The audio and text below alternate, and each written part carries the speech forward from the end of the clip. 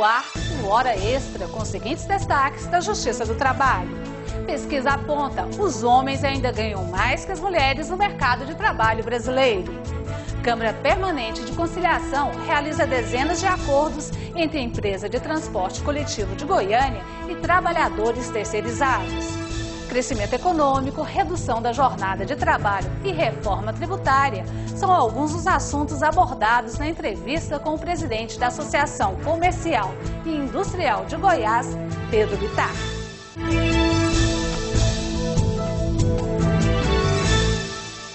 Recente pesquisa do IBGE mostra que o salário ainda é desigual entre homens e mulheres.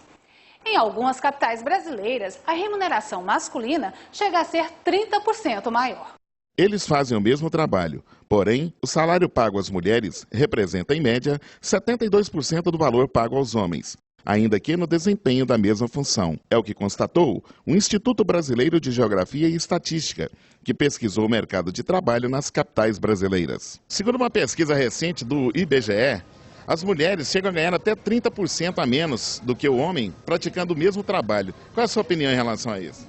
Eu acho isso uma injustiça, desde que hoje a mulher ela está em plena competição, como não é nem competição, ela conquistou o espaço dela. E eu acho que se ela exerce a mesma função e faz o mesmo que o homem, o mais que justo é pagar o mesmo que o homem ganha. Eu acho que isso é um preconceito e isso tem que ser banido. Eu creio que devido já à cultura, né? A cultura já ser um pouco machista, então assim, mesmo ela exercendo a mesma função, fazendo o mesmo trabalho, acaba sendo menos valorizada, né? Assim, digamos, devido à cultura mesmo ser machista. Não é justo porque a mulher, além de estar trabalhando, fazendo um serviço fora, né, ainda faz em casa. E não é justo, não acho justo. De acordo com o IBGE, enquanto o salário médio dos homens, em 2009, foi avaliado em R$ 1.500, o da mulher ficou em torno de R$ 1.100. É muita injustiça, porque a mulher ela trabalha em casa, fora, cuida dos filhos e tem que dar conta de tudo direitinho, né? Enquanto o homem não, o homem só trabalha fora, chega em casa, deita no sofá, assiste uma televisão, pede um copo d'água para a esposa ainda e aí acabou. Tem que ganhar 30% a mais, né? Pela lógica, porque além de exercer toda a função que o homem exerce, ainda tem o serviço dobrado em casa, que muitos dos homens não ajudam. A empresa que gerencia o transporte coletivo de Goiânia, Metrobus, firmou dezenas de acordos na Câmara Permanente de Conciliação do TRT de Goiás.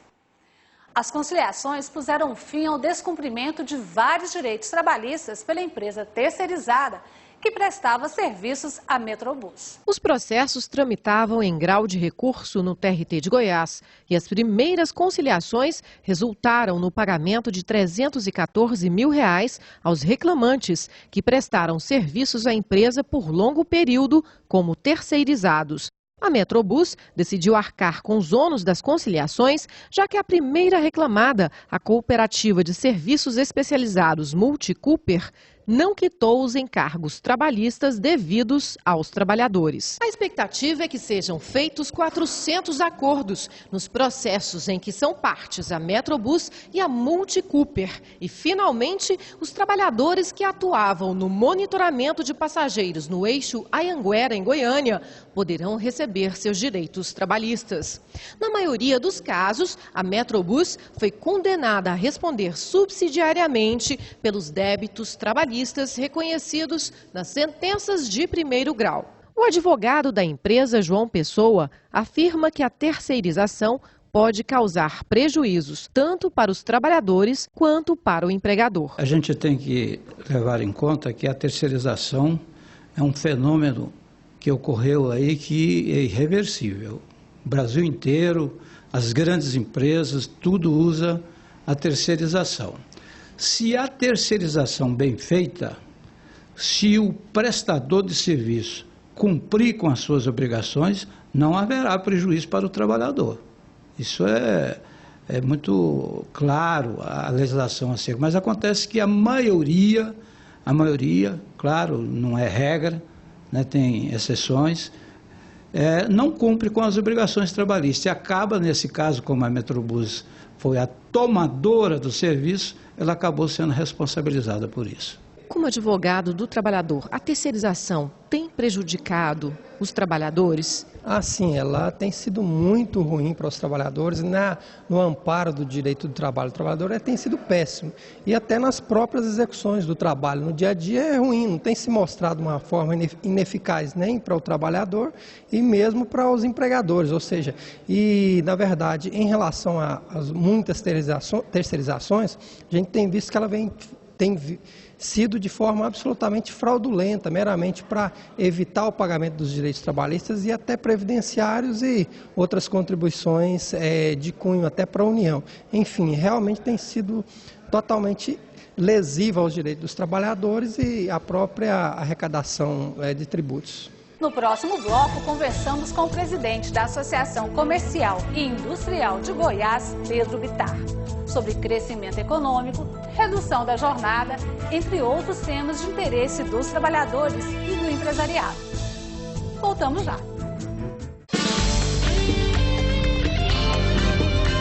Assalariado, pessoa que trabalha por uma remuneração definida por um determinado período, hora, dia ou mês, chamado salário. A palavra salário deriva do latim e remota à época na qual não havia moeda e o sal era usado como representante do valor das coisas.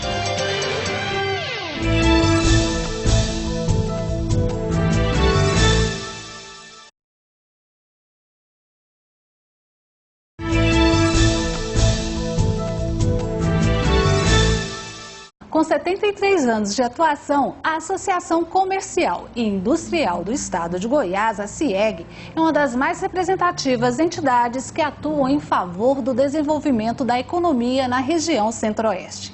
Entre as bandeiras defendidas pela entidade estão as reformas tributária e da legislação do trabalho. Para falar sobre esses e outros assuntos, nós recebemos em nossos estúdios o presidente da CIEG, Pedro Bittar. Doutor Pedro, muito obrigada pela presença. Eu que agradeço estar aqui com vocês. Doutor Pedro, os empresários são enfáticos em defender a reforma tributária, afirmando que os encargos tributários estão atrapalhando o desenvolvimento da economia. Por que essa reforma tributária não acontece? É possível conciliar os conflitos de interesses entre os estados? Olha, com certeza. Acredito que inicialmente falta vontade política, falta uma análise mais profunda do setor produtivo e um avanço também da nossa classe. O setor produtivo ele começa a se unir agora, defendendo essas bandeiras. Há pouco tempo atrás ainda era muito fraco esse movimento, visto que culturalmente no nosso país as empresas que se constituem, elas duram muito pouco. Mesmo até por esse tamanho dessa carga tributária, que hoje é a maior carga tributária do mundo. E nós tivemos aí provas agora que quando você aumenta a base de arrecadação, como aconteceu com o IPI da linha branca, como aconteceu com o IPI dos veículos, a arrecadação aumenta. A tarefa que o governo fez, ou o exercício que o governo fez, deu certo. Basta agora que ele continue com esse exercício. O governo ainda não deu conta de trabalhar num equilíbrio de contas entre receita e despesa. Nós, do setor produtivo, mesmo nas nossas residências, nós fazemos esse equilíbrio entre despesa e receita. Quando a despesa está mais alta que a receita, nós costumamos cortar essas despesas. Agora o governo não, ele aumenta a carga tributária ou, cria novos impostos. Então o que nós temos realmente é que o governo comece a cortar as suas despesas e comece realmente a diminuir a carga tributária que é muito elevada nesse país. Com relação à reforma tributária, os empresários afirmam que os encargos sobre a folha de pagamento é um dos mais elevados do mundo também, que o trabalhador brasileiro custa caro. No entanto, o próprio trabalhador ganha pouco, né? Pouco mais do salário mínimo, numa média. Como é que pode ser, equacionar isso e como é que pode ser justo com o trabalhador e, ao mesmo tempo, o Estado se manter? Eu falo que o grande problema hoje do salário mínimo não é a iniciativa privada, é a iniciativa pública. Porque se você pegar hoje, qualquer pesquisa demonstra que a iniciativa privada, ela paga acima do salário mínimo. Não tem mais empresas que pagam salário mínimo. O grande problema hoje é o seguinte, quando você aumenta o salário mínimo, o grande prejudicado é a União, o Estado e o município. Tá certo? Mesmo pelos pensionistas, enfim, aí é uma gama de fatores que aumenta muito essa folha de pagamento é aquilo que eu citei no início da nossa entrevista. Aí vem o equilíbrio de despesa e receita. Então, o grande problema é esse. E culturalmente também isso vem mudando muito. Hoje você pega empresas, tá certo? Quando é contratado a mão de obra, ele já é registrado praticamente de imediato. Antigamente não, até pouco tempo atrás, você chegava numa empresa e você ainda tinha, tá certo, grandes falhas, tá certo, na contratação. Hoje, há poucos dias, eu no TRT, conversando inclusive com os desembargadores, e o que eles mostram e demonstram para nós, que existe um avanço muito grande no setor produtivo quanto ao registro de funcionários, quanto à legalidade, tá certo, dessa, no que se diz a reforma trabalhista. Agora, nós precisamos sim de avançar também na reforma trabalhista. A reforma foi feita há muitos anos, então existe aí hoje um clamor também, não uma reforma trabalhista que eu falo, não existe dois lados da moeda, empregado e empregador. Nós estamos todos no mesmo objetivo. Eu acho que nós temos que avançar, como tudo avança nesse país, nós temos que avançar também numa reforma trabalhista, tá certo? Melhorando aí, tá certo? Dentro do objetivo do empregado e empregador. E o que é possível melhorar na legislação trabalhista? Olha, nós temos vários aspectos aí que pode ser melhorado. Tanto iniciando aí pelo próprio encargo trabalhista, tá certo? Que vai para a União, para os estados e municípios. Agora, é o que eu falo, é aquilo que eu falei. Não adianta nada, Pedro, mas você falou no início que o Estado não sabe fazer o equilíbrio de conta e despesa. Agora você está querendo tirar a receita do Estado? Não. A partir do momento que você aumenta a base de arrecadação na venda de produtos, tá certo? Ou na legalização de empresas, na formalidade de empresas, a partir do momento também que você aumenta a base de arrecadação, tá certo? Na geração de empregos, quanto maior número de empregados você vai ter registrado, uma maior arrecadação você vai ter. Então, acho que o Estado, a União, pode começar a ter esse equilíbrio de conta, tá certo? Aumentando a base de arrecadação, aumentando a base de empregos formais, gerando mais empregos no nosso país, nós temos condição de fazer isso. Aí eu falo para você o seguinte, nós que somos o setor produtivo, que produzimos e temos que vender, olha o absurdo. Daqui eu pego a mercadoria daqui para me colocar no Porto de Santos, e do Porto de Santos eu mando essa mercadoria para a China, eu pago 4 vezes mais o frete daqui para Santos do que de Santos para a China. Então o que é isso? Custo Brasil, custo de rodovias, de hidrovias, de ferrovias, é um custo muito alto. Seria investimento em infraestrutura no Estado. E quem acaba pagando essa conta somos nós. Empregados e empregadores. Eu quero deixar isso bem claro, nós estamos no mesmo barco, são todos que pagam essa conta. Mas, por falar no mesmo barco, nem sempre os empresários entendem dessa forma, porque existem ainda empresários que procuram, ao máximo, pagar o menor salário para aquele profissional. Isso não, é claro que existe ainda, eu acredito que uma pequena parte, porque o empregador e o empregado hoje já começam a trabalhar em conjunto. Aquele empregador que não distribui parte dos seus lucros com o seu empregado, ele está fadado a um insucesso profundo. Por quê? A grande realidade hoje é que as grandes empresas já trabalham com esse processo e nós trabalhamos hoje, é claro que o risco é nosso, tá certo? O risco é do empregador, todo o risco é dele. Agora, o empregado, ele hoje é parceiro, e o empregador parceiro também. Nós temos que ter essa mentalidade. Aqueles empregados, como você falou, existem ainda empresas, acredito que muito pouco. E principalmente as pequenas empresas já começam a trabalhar desse jeito também. Não só as grandes, pequenas, médias, microempresas já começam a ter essa visão diferenciada de que o empregado e o empregador têm que estar realmente unidos num propósito, num objetivo grande, que com certeza ele vai ter um lucro muito maior e essa distribuição de lucro vai partir para os dois lados. Certo. Nós vamos para um rápido intervalo e voltamos já. Não saia daí.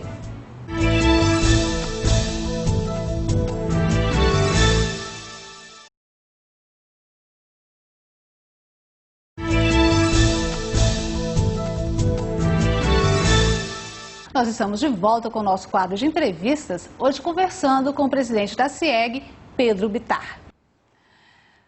Doutor Pedro, com relação ainda ao trabalhador, existem ainda empresas que exigem do trabalhador jornadas excessivas, muitas vezes sem pagar hora extra. O senhor acha possível, principalmente no comércio, adotar o ponto eletrônico, principalmente nas pequenas empresas?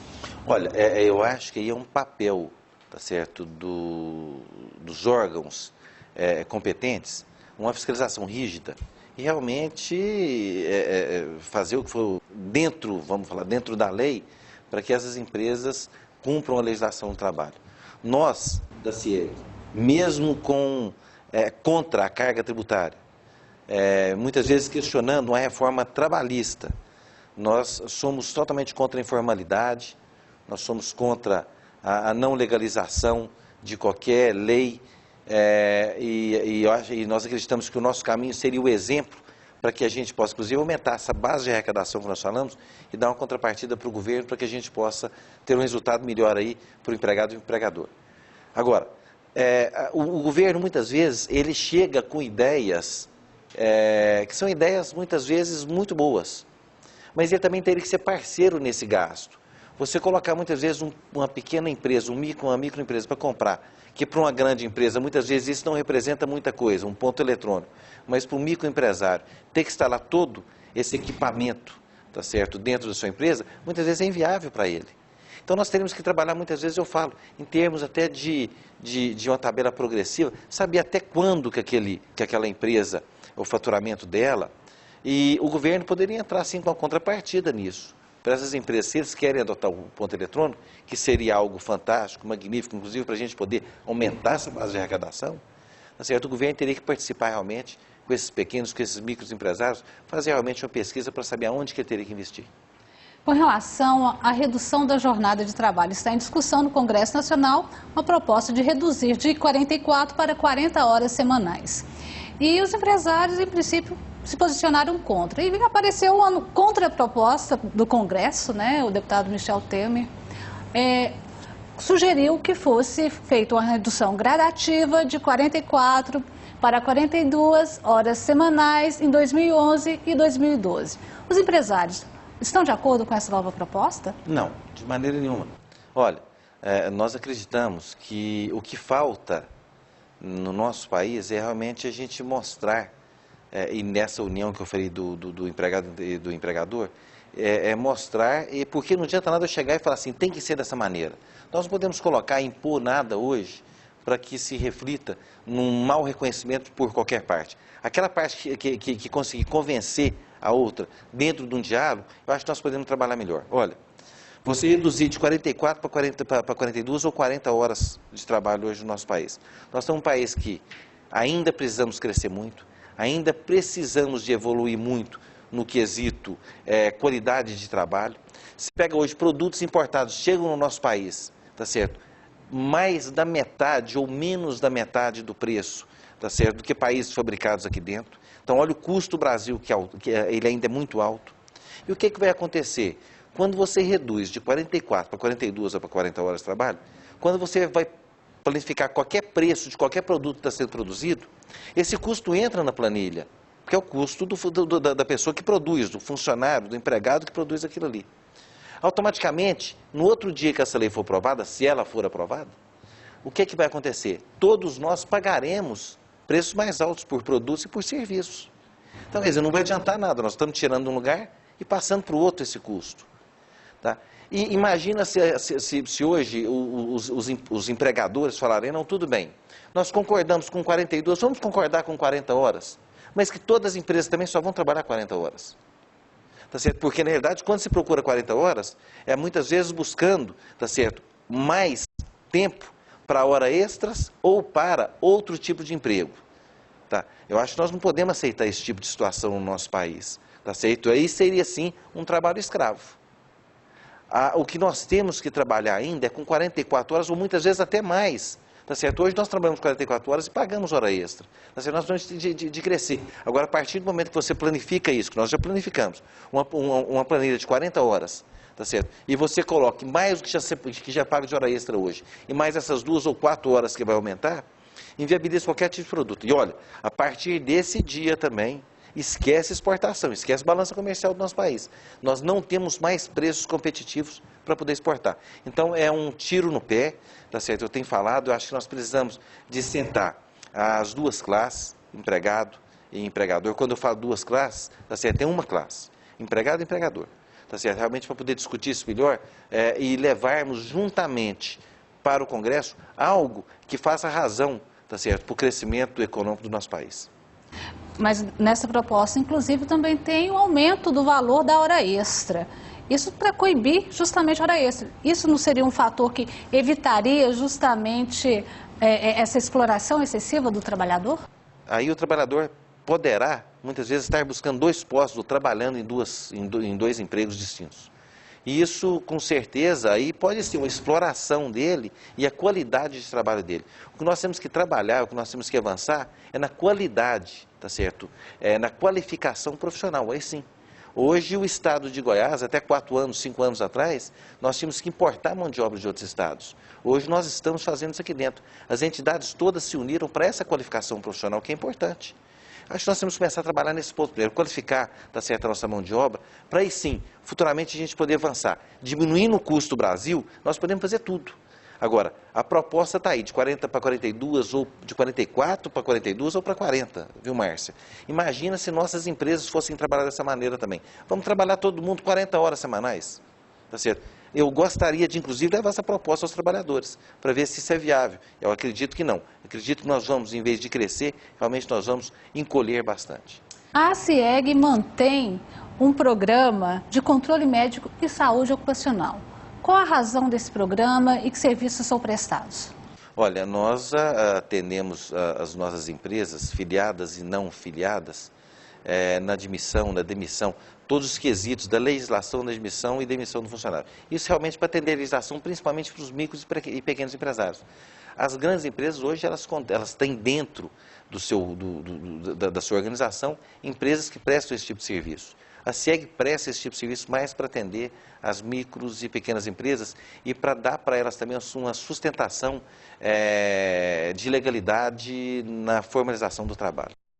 O senhor acredita que a política do Banco Central, que aponta alta dos juros até o fim do ano, que isso pode comprometer o crescimento da economia ou não? Olha, eu tenho questionado muito o Banco Central na taxa Selic quando ele muitas vezes baixava 0,25% e ultimamente realmente ele tem feito um trabalho aí que a gente tem buscado isso há muito tempo. Acredito o seguinte, é claro que ele tem que ter responsabilidade de ter um cuidado com o processo inflacionário do país. Mas eu vejo hoje que nós estamos caminhando para um nível de produção razoável, podemos melhorar, podemos. Nós estamos trabalhando aí no nível de geração de emprego também fantástico, na qualidade da mão de obra também, a cada dia, tá certo? Qualificando e melhorando mais.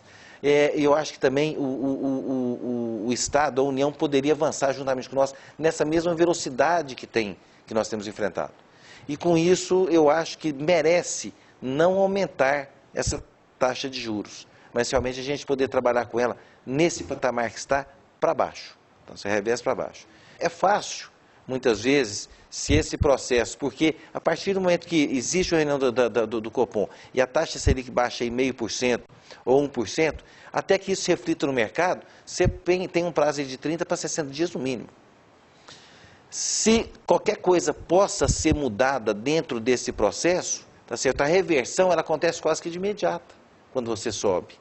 Tá certo? Quando você baixa, demora de 30 a 60 dias. Mas a alta é sentida? A alta é sentida quase que de imediato. Então, eu acho que nós poderíamos trabalhar assim, não sendo irresponsável e não vamos fazer para ver o que acontece, não. Mas o Banco Central hoje tem ferramentas que possam realmente fazer esse tipo de análise. Nós temos um presidente do Banco Central goiano muito competente, tem mostrado isso, mas a gente sempre conversa com o doutor Henrique Meirelles, buscando aí um crescimento sustentável para o nosso país, e eu acredito que nós estamos no caminho. Agora, aumentar, viu, doutor Henrique Meirelles, aumentar a taxa de maneira, não vamos pensar nisso não, vamos seguir avançar da maneira que está muito bom.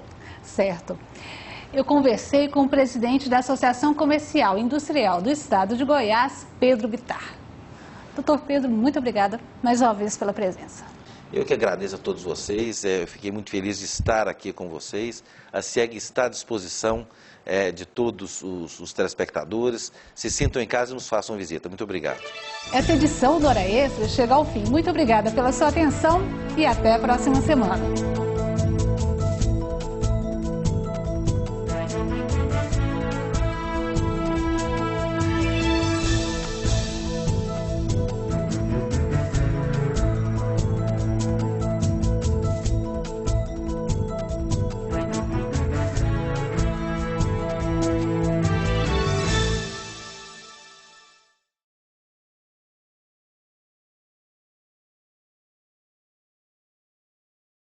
No Hora Extra desta semana, você confere os seguintes destaques. Os homens ainda ganham mais que as mulheres no mercado de trabalho brasileiro.